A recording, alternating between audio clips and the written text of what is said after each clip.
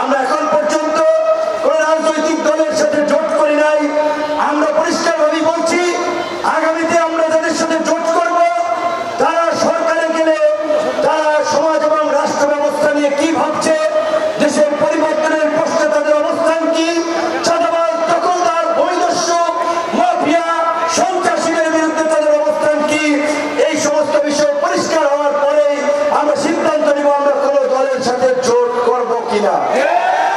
তাই আগামী এই ত্রয়োদশ সংসদ নির্বাচনকে কেন্দ্র করে আমরা চাই তরুণ প্রবীণ এই গণ অভ্যুত্থানে মানুষের যে আকাঙ্ক্ষা তৈরি হয়েছে, একটা হানাহানি, মারামারি, সংঘাত, সহিংসতা মুক্ত, সহনশীল, সম্প্রীতির নতুন রাজনীতির, একটি চাঁদাবাজি, দখলবাজ, সন্ত্রাস মুক্ত একটি নিরাপদ, এই নারায়ণগঞ্জের নগরী নয় শুধু, একটি নিরাপদ বাংলাদেশ, সেই স্বপ্ন পূরণের জন্যই আমাদের অসমাপ্ত লড়াই চালিয়ে যেতে হবে।